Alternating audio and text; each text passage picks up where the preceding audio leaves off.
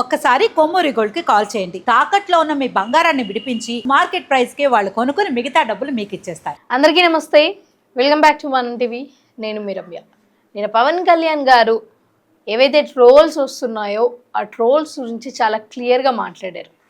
ముఖ్యంగా మనందరికీ తెలుసు, టీవీకే పార్టీ పెట్టి టీవీకే ఫస్ట్ ఎలక్షన్స్లోనే గెలిచింది అని చాలామంది అభినందించారు, చాలామంది సెలబ్రేట్ చేసుకున్నారు. విజయ్ ఫ్యాన్స్ అయితే అదొక పండగలా చేసుకున్నారు అని చెప్పొచ్చు. కానీ కొంతమంది ఎవరైతే ఉన్నారో ఈ సక్సెస్ని కూడా పొలిటికల్ వైపు తిప్పేసి రాజకీయాలలో అటు ఇటు పోల్చడాలు, ట్రోల్స్ చేయడాలు, అటు ఇటు అంటే ఇది ఇలా ఉంది, ఇది ఇలా ఎందుకు అయింది అని చెప్పడాలు. ముఖ్యంగా చెప్పుకోవాలి అంటే కొన్ని సందర్భాలలో అయితే రోజు అయితే డైరెక్ట్గానే కామెంట్ పాస్ చేయడం జరిగింది. ఆంధ్రప్రదేశ్ రాజకీయాలు, తమిళనాడు రాజకీయాలు కంపేర్ చేసి ఈ ఎలక్షన్స్లో ఇతను సినిమా హీరోనే అలాంటప్పుడు ఇతను ఏకతాటిగా గెలిచాడు, ఇతను ఎందుకు గెలవలేదు అని ఈ టాక్స్ అయితే వచ్చాయి. చాలామంది ఆమెను కూడా ఇలా అన్నందుకు కూడా ట్రోల్స్ చేశారు. అయితే పవన్ కళ్యాణ్ గారికి అసలు ఈ అంశం మీద మాట్లాడాల్సిన అవసరం లేదు, బట్ మాట్లాడారు అంటే దాని తీవ్రత పవన్ కళ్యాణ్ గారిపై ఎలా పడి ఉంటుంది అన్నది మనం ఒకసారి ఆలోచించుదాం. సో దానికంటే ముందు ఒకసారి ఈ వీడియో చూద్దాం. ఈ వీడియో చూసాక ఇంకా చాలా క్లియర్గా ఎక్స్ప్లెయిన్ చేసుకుందాం. ఈ మధ్యన పక్క రాష్ట్రంలో అక్కడ ఒక పార్టీ పెట్టి విజయం సాధించి ముఖ్యమంత్రి అవగానే మన ఆంధ్రప్రదేశ్లో చాలా మంది మీరు కూడా అలా చేసి ఉండాల్సిందని చెప్పి నాకు తెగ మెసేజ్లు పంపిస్తా ఉన్నారు. ఊళ్ళో పెళ్లికి ఏదో హడావుడి ఉంటారు కదా,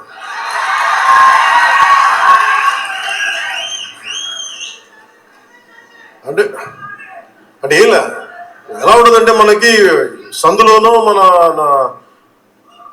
ఒక పెళ్లి జరుగుతూ ఉంటే మన ఊళ్ళో చిన్నపిల్లలు పరిగెడుతూ ఉంటారు అటు ఇటు, వాళ్ళ ఇంట్లో పెళ్లి అనుకున్నాడు. అరే ఆంధ్రప్రదేశ్ పరిస్థితులు వేరు.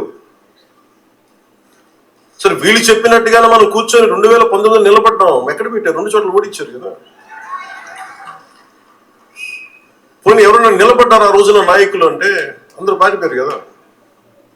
సో అందుకని కంపేర్. సో అది పవన్ కళ్యాణ్ గారు చెప్పిన విషయం ఏంటంటే, పక్క రాష్ట్రంలో ఒక పార్టీ పెట్టి విజయం సాధిస్తే ఆ విజయాన్ని అంటే ఆంధ్రప్రదేశ్ రాజకీయాలకు కలిపేసి లింక్ చేసేసి ఎందుకు మాట్లాడుతున్నారు. అలాగే ఇంకొక డైలాగ్ కూడా వేయడం జరిగింది.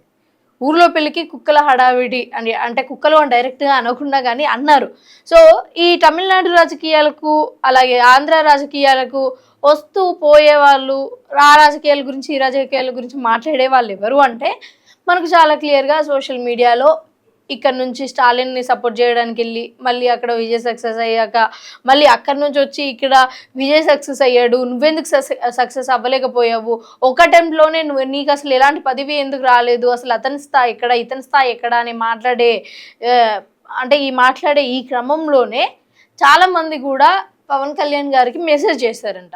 అంటే అసలు ఏ తీవ్రతలో మెసేజ్ చేస్తే పవన్ కళ్యాణ్ గారు ఈ అంశాన్ని మాట్లాడారు. జనరల్గా అయితే మాట్లాడతారు అని ఎవరు కూడా అనుకోలేదు.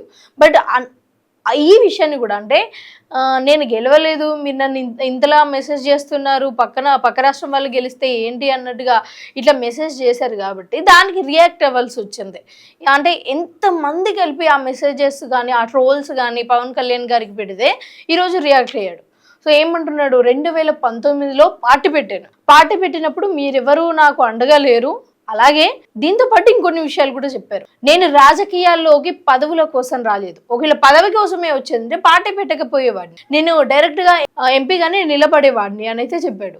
ఇంకా ముఖ్యంగా చాలా క్లియర్గా చెప్పిన అంశం ఏంటంటే, నేను రాజకీయాలకు వచ్చింది ప్రజలకు సేవ చేయడానికి, అండ్ గత 10 సంవత్సరాలు పార్టీ పెట్టిన తర్వాత నేను పోరాడుతూనే ఉన్నాను, నాకు ఎలాంటి పదవి కానీ ఏం రాలేదు, అయినా కానీ రౌడీలతో ఎదుర్కొని, రౌడీ షీటర్లను ఎదుర్కొని, అలాగే రౌడీ రాజకీయాలను ఎదుర్కొని, ఇవన్నిటిని ఎదుర్కొని నేను వచ్చాను. ఆంధ్ర రాజకీయాలు వేరు, తమిళనాడు రాజకీయాలు వేరు అని అయితే చెప్పుకొని వచ్చాడు. ముఖ్యంగా ఈ కంపారిజన్ ఇవన్నీ కూడా చేయకూడదు. ఎందుకంటే ఆ రాజకీయాలు ఒకలా ఉంటాయి, ఈ రాజకీయాలు ఒకలా ఉంటాయి. ఒకవేళ నేను సింగిల్గా పోటీ చేయాలి అని ఇంతమంది నాకు మెసేజ్ చేసినప్పుడు 2019లో నేను సింగిల్గానే చేశాను. ఆ 2 ప్లేసెస్లలో నిలబడితే 2 ప్లేసెస్లలో కూడా ఒకదానికి కూడా రాలేదు. అని అయితే చెప్పుకొని వచ్చిండు. ఇక ఎట్టి పరిస్థితులలో ఇంకేం చేయాలో అర్థం కాని పరిస్థితులలో పొత్తు పెట్టుకోవాల్సి వచ్చింది. అది కూడా మీకోసం నేను పొత్తు పెట్టుకొని మీకు అంటే ప్రజలకు సేవ చేయాలి అని నేను అనుకుంటే ఈరోజు మీతోనే నేను మాటలు పడ్డు నాకు బాధాకరంగా ఉంది అని అయితే పవన్ కళ్యాణ్ గారు చెప్పారు. సో ఇది కూడా చాలా బాధాకరమైన విషయం అని చెప్పొచ్చు. ఎందుకంటే అంటే ఇప్పుడు అతను చెప్పే మాటలలో ప్రజల కోసమే నేను పొత్తు పెట్టుకొని ప్రజలకు సేవ చేయాలి, ఎలాగైనా ప్రభుత్వంలోకి రావాలి, అలా వస్తేనే ప్రజలకు సేవ చేసే అంత ఆ ఛాన్స్ దొరుకుద్ది అని పొత్తు పెట్టుకొని ఇప్పుడు ప్రజల ముందుకు వస్తే ప్రజలేమో ఆ రాజకీయాలలో ఆ పార్టీలో వాళ్ళు గెలిచారు, మీరెందుకు గెలవలేదు, మీరెందుకు పొత్తు పెట్టుకున్నారు, మీరెందుకు ఒంటరిగా ఆడలేకపోయారు అని ఇదంతా చేయడం జరిగింది కదా. సో దీన్ని మనం ఖండించాలి, అసలు కంపేర్ చేయాల్సిన అవసరం లేదు అని అయితే పవన్ కళ్యాణ్ గారు చెప్పారు. సో ఈ అంశాన్ని ఇక్కడి వరకు ఆపేయొచ్చు. ఇంకా నిజంగానే తమిళనాడు రాజకీయాలు వేరు, ఆంధ్రప్రదేశ్ రాజకీయాలు వేరు. ఆంధ్రప్రదేశ్లో మనందరికీ తెలుసు రౌడీజాలు, రౌడీ షీటర్లు, కార్యకర్తల దగ్గర నుంచే కొట్టుకోవడాలు, నరుక్కోవడాలు ఇవన్నీ తెలుసు. సో ఇక్కడ కొంచెం నిలబడడం అంటే చాలా గట్టి విషయమే. అది కూడా అధికారంలోకి రాకుండా 10 సంవత్సరాలు వెయిట్ చేయడం అంటే ఇంకా గట్టి విషయం. సో దీంతో పాటు సనాతన ధర్మం గురించి కూడా మాట్లాడాడు. సనాతన ధర్మాన్ని ఎవరు కూడా చీల్చలేరు, ఎందుకంటే అది ఒకరో ఇద్దరో స్థాపించింది కాదు, అది అనేక వేల సంవత్సరాల నుంచి అది తరతరాలుగా వస్తూ ఉన్నది. అలాగే సనాతన ధర్మంతో పాటు ప్రతి ధర్మాన్ని కూడా ఎవరి ధర్మాన్ని వాళ్ళు రెస్పెక్ట్ చేయండి. బట్ రాజకీయాల్లోకి వచ్చేసరికి, ఎలక్షన్ టైంకి వచ్చేసరికి నేను టోపీ పెట్టుకొని వెళ్తేనే వాళ్ళు నాకు ఓటేస్తారు అన్న ఇలాంటి రాజకీయాలు తీసేయాలి. ఎవరి మతానికి వాళ్ళు రెస్పెక్ట్ ఇచ్చినా సరే ఎండ్ ఆఫ్ ద డే రాజకీయాలకు మతాలు అడ్డు రాకూడదు అని అయితే ఈ విషయం కూడా చాలా స్పష్టంగా తెలియజేయడం జరిగింది. సో మీకేమనిపిస్తుంది పవన్ కళ్యాణ్ గారు మాట్లాడిన ఈ మాటల గురించి అన్నది కూడా కింద కామెంట్ సెక్షన్లో కామెంట్ చేయండి.